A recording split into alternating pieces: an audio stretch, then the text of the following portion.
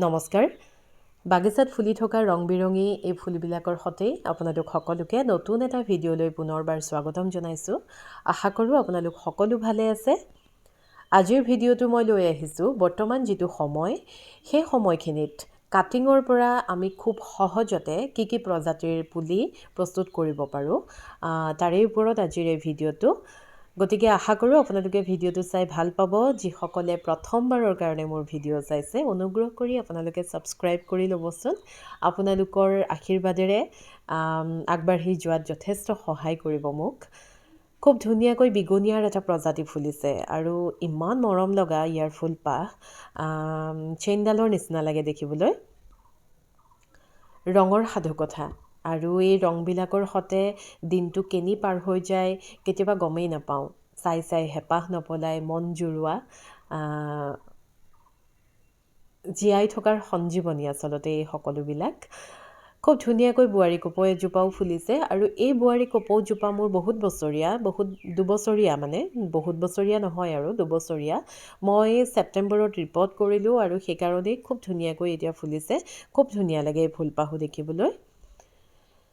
এতিয়াৰ যিটো সময় সেই সময়খিনিত আমি কাটিঙৰ পৰা খুব সহজতে বিভিন্ন প্লান্টৰ পুলি প্ৰস্তুত কৰিব পাৰোঁ যিহেতু বৰ্তমান প্লান্টবিলাক খুব দামত আহে আমি নাৰ্চাৰীলৈ গ'লেও গম পাওঁ যে প্লান্টবিলাকৰ দাম বহুত বেছি গতিকে সেই প্লান্টবিলাকক আমি এটাৰ পৰা দুটা কেনেকৈ কৰিম কি প্ৰজাতি আমি এই সময়খিনিত কাটিঙৰ পৰা খুব সহজতে পানী নাইবা মাটিত প্ৰস্তুত কৰিব পাৰিম প্ৰথমতেই ড্ৰেচিনা বা এৰেলিয়াৰ যিকোনো প্ৰজাতি তাৰ পাছতে চিংগনিয়ামৰ যিকোনো প্ৰজাতি এনেধৰণৰ যিসমূহ প্ৰজাতি এই প্ৰজাতিবিলাকৰ এনেকুৱা অংশতে আমি কাটি পেলাই পানী নাইবা মাটিত যদি ইয়াৰ এটা আগ ৰুই দিওঁ তেতিয়াহ'লে তাৰ পৰা আমি এটা নতুন পুলি খুব ধুনীয়াকৈ পাই যাওঁ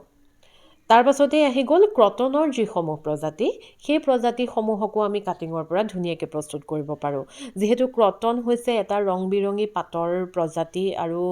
এনেধৰণৰ প্ৰজাতিসমূহ বাগিচাখনত থৈ দিয়াৰ লগে লগে বহুতখিনি ৰঙৰ সংযোজন ঘটে তাৰ পাছতে আমব্ৰেলা প্লান্টৰ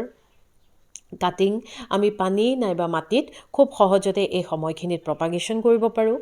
তাৰ লগতে যিটো বট লিলি এনেধৰণৰ যিটো হেঙিং প্লান্ট আহে এইটোতো একেবাৰে সহজ ইয়াক খুব সহজ উপায়েৰে আমি পুলি বনাই ল'ব পাৰোঁ ৰাবাৰ প্লান্টৰ বিভিন্ন প্ৰজাতি আছে গতিকে ভেৰিগেটেড ৰাবাৰ প্লান্ট বা এনেধৰণৰ ব্লেক ৰাবাৰ প্লান্ট যিকোনো ৰাবাৰ প্লান্টৰ এটা কাটিং আমি যদি এতিয়া লগাওঁ তেতিয়াহ'লে এই প্ৰজাতিবিলাকো খুব ধুনীয়াকৈ লাগি যায় ৰাবাৰ প্লান্ট পাতৰ পৰাও খুব ধুনীয়াকৈ হয় পাত এটা কাটি যদি আমি পানীত থৈ দিওঁ তেতিয়াহ'লে সেই পাতটোৰ পৰাও শিপা ওলোৱা আৰম্ভ কৰে আৰু ধুনীয়াকৈ আমি এটা পুলি তাৰ পৰা বনাই ল'ব পাৰোঁ সং অফ ইণ্ডিয়াৰ মোৰ যিটো এই টাবটো খুব মানে লেগি হৈ গৈছে মানে লেংলেঙীয়াকৈ ওপৰলৈ বাঢ়ি গৈ আছে গতিকে এই প্লান্টটোক আমি যদি জোপোহা কৰিব বিচাৰোঁ তেতিয়াহ'লে আমি কাটিং কৰিব পাৰোঁ কাটি দিয়াৰ পাছতে এটা নতুন পুলি আমি পাই যাম তাৰ লগতে গছজোপাও খুব ধুনীয়া এটা আকাৰত জোপোহা হৈ পৰে সেইকাৰণে কাটিঙৰ প্ৰয়োজন নহ'লে গছবিলাক দেখিবলৈ যিটো প্ৰকৃত সৌন্দৰ্য সেইটো ক'ৰবাত নোহোৱা হৈ পৰে ফাইকাছৰ যিকোনো প্ৰজাতিক কাটিং কৰিব পাৰোঁ বা ফিলোডেণ্ড্ৰনৰ এনেধৰণৰ প্ৰজাতিবিলাকক খুব সহজতে কাটিঙৰ পৰা এই সময়খিনিত আমি প্ৰপাগেশ্যন কৰিব পাৰোঁ মিল্কি প্লান্টক আমি কাটিং যদি কৰোঁ তেতিয়াহ'লে এই প্লান্টটো খুব ধুনীয়াকৈ পুলি বনাই ল'ব পাৰোঁ এই প্লান্টটো মই আজি ৰিপৰ্ট কৰিবৰ কাৰণে যেতিয়া মই টাবৰ পৰা উলিয়ালোঁ আপোনালোকক মই নেদেখাওঁ বুলিয়ে ভাবিছিলোঁ কিন্তু মানে যেতিয়া উলিয়ালোঁ তেতিয়া মই আপোনালোকক দেখুওৱাৰ লগতে মই নিজেও দেখি আচৰিত এই গছজোপা আৰু ক'লৈ বাঢ়িব চাওক গোটেই মাটিখিনি শিপায়ে মানে আগুৰিটো ধৰিলে মাত্ৰ শিপায়েই আছে মাটি বুলিবলৈ নায়েই যেতিয়া মই তলৰ অংশটো কাটি দিলোঁ চাওক ইমান ধুনীয়া লাগিছে দেখিবলৈ এই শিপাখিনি মই ভাঙি নাই পেলোৱা এইটো কিবা এটা DIY মানে বনাব পৰা যাব মোৰ মানে মনত আহিছে গতিকে মই সেইটো তেনেকৈয়ে থৈ দিম আৰু বাকী যিখিনি শিপা সেই শিপাখিনি মাটিৰ পৰা মই বিচ্ছিন্ন কৰি পুলিটো টাবত মই ৰোপণ কৰিলোঁ লগতে যিবোৰ লেংলেঙীয়াকৈ বাঢ়ি থকা ডাল আছিলে সেই ডালবিলাকো এনেকৈ মই এটা অংশ কাটি দিলোঁ এতিয়া এই গছজোপা ৰিপৰ্ট কৰি দিয়াৰ লগে লগে জোপোহা হ'ব লগতে ডালবিলাকৰ পৰা নতুন পোখা ওলাব কাটি দিয়া অংশটোৰ চাৰিওফালৰ পৰাই মানে পোখা ওলোৱা আৰম্ভ কৰে কাটি দিয়া অংশটোতে দুটাটো ওলায়ে, দুটা তিনিটা এনেকৈ কেইবাটা পোখাও ওলাই গছজোপা জোপোহা কৰে। আৰু যিকেইটা ডাল মই কাটিছিলোঁ সেই ডালকেইটা কাটিঙৰ কাৰণে মই পটিং মাটিখিনিয়ে লৈছোঁ, বেলেগ আকৌ নতুন মাটি প্ৰস্তুত কৰা নাই। হালধি অকণমান লগাই এনেকৈ গুজি পেলাই তাত অকণমান হেঁচি দিব লাগে, কাঠটো হেঁচি দি লৰাব নালাগে কেতিয়াও। আমি যেতিয়া কাটিং এটা লগাম তেতিয়া মাটিত যদি দিছোঁ তেতিয়াহ'লে সেই কাটিংটো আৰু এবাৰ ৰুই দিয়াৰ পাছত লৰাই মেলি থাকিব নালাগে। এটা টিপাত মানে কাটিংটো এনেকৈ হেঁচি পেলাই সেই অংশটো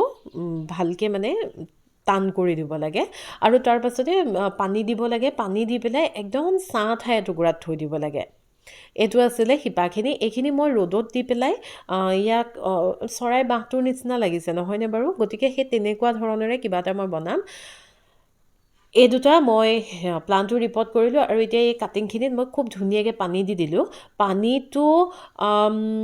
আমি বহুত বেছি পৰিমাণে দি থাকিব নালাগে, কিন্তু সময়ে সময়ে যেতিয়া প্ৰয়োজন হয় তেতিয়া আমি সময়ে সময়ে পানীটো দি থাকিব লাগে। আৰু এতিয়া মই এই পটটো একদম ছাঁ ঠাই এটুকুৰাত থৈ দিম। যেতিয়া ইয়াত নতুন পোখা আহিব তেতিয়াহে হয়তো চাগে অকণমান ইয়াৰ স্থানটো সলনি কৰিম। ঠিক তেনেকৈ মই এই মোৰ যিটো ড্ৰেছিনাৰ মাৰ্জিন এটা, এইটোও মই আজি কাটিং কৰিম। যিহেতু এইটো চাওক টাবৰ পৰা মাত্ৰ সেই এডালেই আহিছে ডাল, তাতে মানে গছজোপা ওখ হৈ হৈ গৈ আছে। তাৰ পাছতে এই প্ৰজাতিটোও মই কাটিং কৰিম। অৱশ্যে কাটি পেলাবলৈ মন নাযায়, বাঢ়ি থকা গছ এজোপা কাটি পেলাবলৈ মন নাযায়, কিন্তু উপায় নাই। যদি আমি আমাৰ বাগিচাখন জোপোহা কৰিব বিচাৰোঁ গছবিলাক, তেতিয়াহ'লে আমি কাটিং কৰিবই লাগিব। আৰু বৰ্তমান ইমান বেছি দাম হৈছে প্লাণ্টবিলাকৰ, গতিকে এটাৰ পৰা দুটা পুলি যদি বনাই লওঁ আমাৰ নিজৰে সুবিধা হয়। ঠিক তেনেকৈ মনষ্টেৰাৰ যিসমূহ প্ৰজাতি, এনেধৰণৰ মনষ্টেৰাৰ প্ৰজাতিবিলাকতো বহুত দামত আহে, গতিকে মনষ্টেৰাৰ প্ৰজাতিবিলাককো আমি কাটিঙৰ পৰা বনাব পাৰোঁ। নাৰ্চাৰীৰ পৰা এই সময়খিনিত এনেধৰণৰ প্লাণ্টবিলাক আমি কিনি আনিব পাৰোঁ। লগতে কাৰোবাৰ ঘৰত যদি দেখিছোঁ এই প্ৰজাতিবিলাকক, তাৰ পৰা অকণমানি কাটিং এটা আমি খুজি আনি নিজৰ ঘৰত এটা পুলি খুব ধুনীয়াকৈ লগাই ল'ব পাৰোঁ। মই আজি আপোনালোকক মাটি আৰু পানী দুয়োটা পদ্ধতিৰেই যাৰ যেনেদৰে সুবিধা হয় কাটিং কৰিব পৰা প্লাণ্টখিনি দেখুৱালোঁ। তাৰ লগতে মোৰ ফুলৰ টাবত মই এই ফাৰ্ণ দুজোপা পালোঁ। ইমান ধুনীয়া ফাৰ্ণ দুজোপা দেখিবলৈ, সেইকাৰণে মই দুয়োজোপা উঘালি পেলাই নিদি আকৌ এনেকৈ টাবত নতুনকৈ মাটি প্ৰস্তুত কৰি মই ৰুই দিছোঁ। খুব ধুনীয়া লাগে ফাৰ্ণৰ প্ৰজাতিসমূহক। গতিকে আজিৰ ভিডিঅ'টো মই ইমানখিনিয়ে আপোনালোকক দেখুৱালোঁ। আশা কৰোঁ আপোনালোকে ভিডিঅ'টো চাই ভাল পালে। যিসকলে সম্পূৰ্ণকৈ ভিডিঅ'টো চালে আপোনালোক সকলোকে ধন্যবাদ। আজিলৈ আহিছোঁ, ভালে থাকক।